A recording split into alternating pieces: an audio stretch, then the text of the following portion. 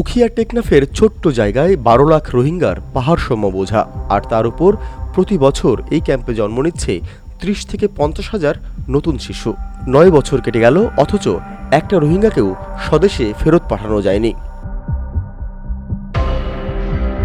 জাতিসংঘের মহাসচিব যখন রোহিঙ্গা ক্যাম্প পরিদর্শনে এলেন, তখন তার পাশে দাঁড়িয়েই অন্তর্বর্তীকালীন সরকারের প্রধান উপদেষ্টা ডক্টর মোহাম্মদ ইউনুস অত্যন্ত গর্বভরে বলেছিলেন, রোহিঙ্গারা তাদের আগামী ঈদ নিজেদের দেশে করবে।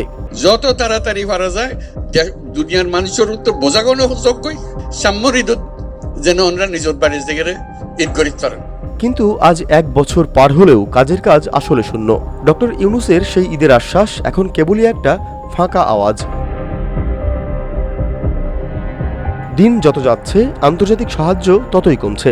ক্যাম্পগুলো এখন রূপ নিয়েছে খুন, অপহরণ আর মাদক চোরাচালানের আখড়ায়। স্থানীয় মানুষ আজ নিজের এলাকাতেই পরবাসী। ওদিকে রোহিঙ্গা নেতারা সাফ জানিয়ে দিয়েছেন, জাতিসংঘ রাখাইনে সেফ জোন না বানালে তারা মরলেও ফেরত যাবেন না। বুড়া মা বাবা বেশি দুঃখ হালত বাড়াবার সম্মাদে আর কেন আর চাই ওনারা বাংলাদেশের সরকারের রেকর্ড করে দিবে।